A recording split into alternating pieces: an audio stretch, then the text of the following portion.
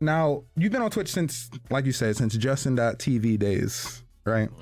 Now, I'm going to ask a question because we all know there's a lot of people out there up in arms about the state of Twitch, right? A lot of people up in arms about the new categories and the way that people take care of themselves and, present their content. Mm-hmm. Is there a huge fundamental difference from what Twitch was back in the day, as somebody that was there, to what we have now? Yeah, I would say that it is. But not, I mean, with communities, the community is definitely like broadened. And let me also mention that even though my Justin TV account has existed for 11 years, I was like, I just had the account. I was mostly prominent on Blog TV from about 2009 to 2012. No maybe. disrespect. You just aged yourself. What the hell is blog.tv? The hell Blog is that? TV is. They just call it Blog TV. That's the name. Blog TV. They didn't even think harder. Blog TV. It was Blog TV. Okay. Joe Budden used to be on it. It was like, of course, Budden. Come in, Budden used to be on. Okay. Yeah. Blog TV was where. Here's the easiest way to make the split. Blog TV is where people were. Justin was where gamers were. Okay. And I would just do like the equivalent of just chatting streams. Like sometimes I would do some retro stuff, but not very often. But I am 32 years old, Kiki. I turned 33 in December. But really? yeah, like you're only like 4 years older than me. Yeah, like the internet in general has been, I don't know, it's kind of shifted into kind of society in general, just kind of trying to be more accepting, at least. I say trying to be because, there's struggles with that. Right. But as far as changes on Twitch, no matter what they might be, like I don't overly concern myself with them, whether it be DMCA, hot tubs, which was the next question. Tags. I just mind my business. Like I just do my thing. Right. Focus on putting out content. Focus on being you. Right. I can definitely understand that. It's the easiest way to operate. It really is. I've always found that however the next person eating, as long as they aren't spitting hateful rhetoric or whatever, I know what it's like to not eat. Right. Why would you want to take food out of somebody's mouth? Chill. Mind your business. Right. I'm a huge proponent of chill, mind your business and do you. Right. But there are a lot of people that say otherwise. Now, my thing is I have no frame of reference for what Twitch was back in the day, which is why I asked you. But when you get a answer like, well, we had Blog TV for people and we had Twitch for gamers, I feel like it's a natural progression from we no longer have Blog TV, so now people and gamers are here on Twitch. That sounds like a natural progression, right? If Blog TV is not there anymore and those places don't necessarily exist or are prominent for people to, especially content creators, to make a living, of course they're going to transfer over to the platform that is allowing that to happen. I wouldn't find it to be rocket science, but I also have, like I said, no frame of reference for being there back in the day, right? Again, I told you I avoided Justin TV because, actual gamers definitely weren't people like us, though. I'm sure when you say people like us, I think I know what you mean. I think I know what you mean. And with that being said, Fernanda's just on point. Gave me like the perfect segue. We've talked before about Black Twitch being pretty small, right? Having been around for some time, how have you seen it change and evolve?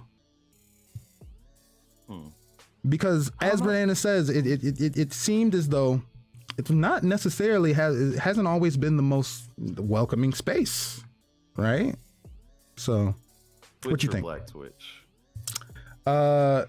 Just Twitch in general, and for people like us, POCs. Honestly, I don't know. I feel like Black Twitch found me.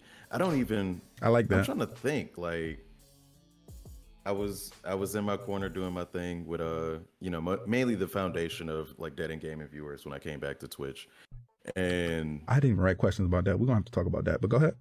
okay, all good. And I'm trying to think, bro. I like it just kind of happened. It's just like one day, I don't know. I just was familiar with everybody's names and followed so much of Black Twitch on Twitter, and there was to go back to Blog TV, there was definitely like a Black Blog TV, and there were definitely cliques and clubs and stuff like that.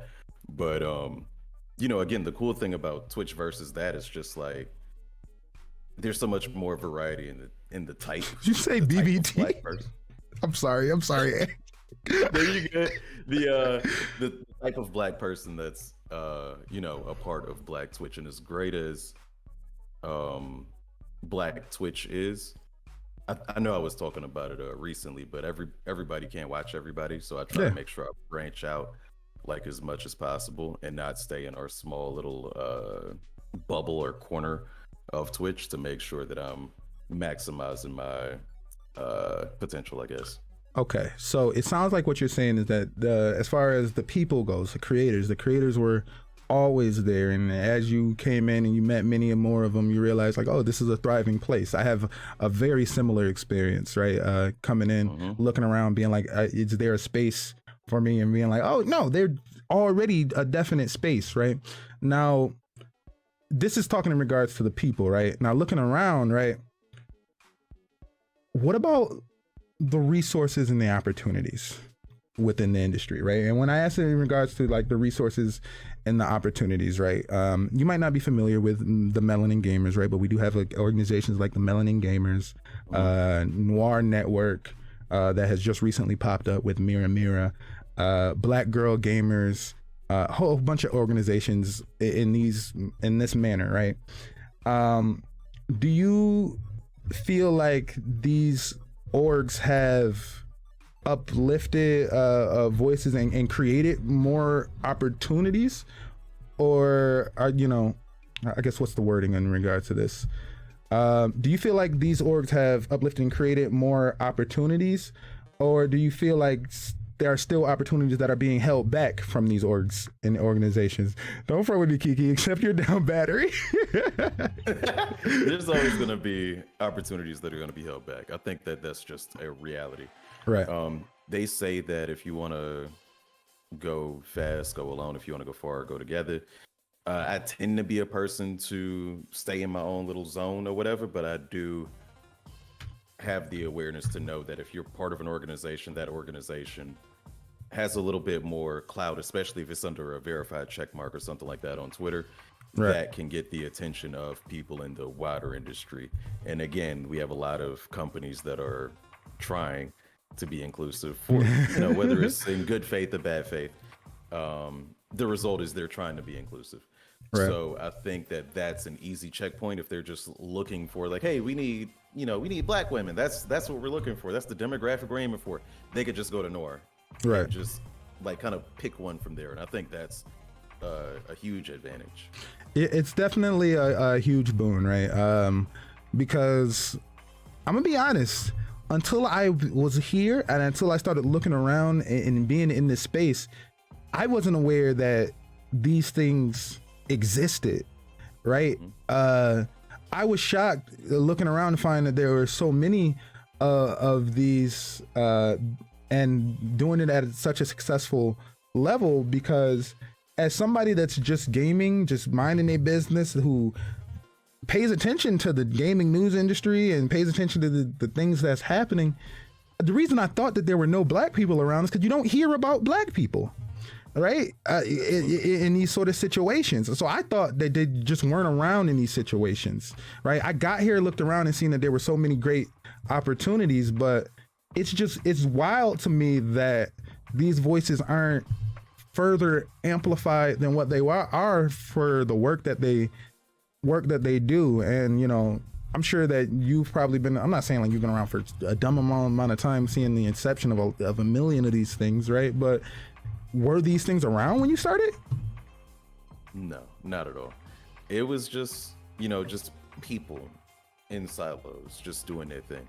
And nowadays, even within the past year or so, I feel like these black voices have been heard a lot more. I remember like every other week, Twitch would be under fire for some tweet, and they'd be like, "This ain't it." It'd be a video Yeah. about Oh yeah. like Black History Month. There was no black people in it. Shit, like it was just Yeah. Oh yeah. Just weird it used to shit. happen all the time. So I think that I don't know. Twitch's PR team is definitely doing a lot better. There's a bunch of Twitch streamers that I'm sure like me and you both at least know of that are in Times Square.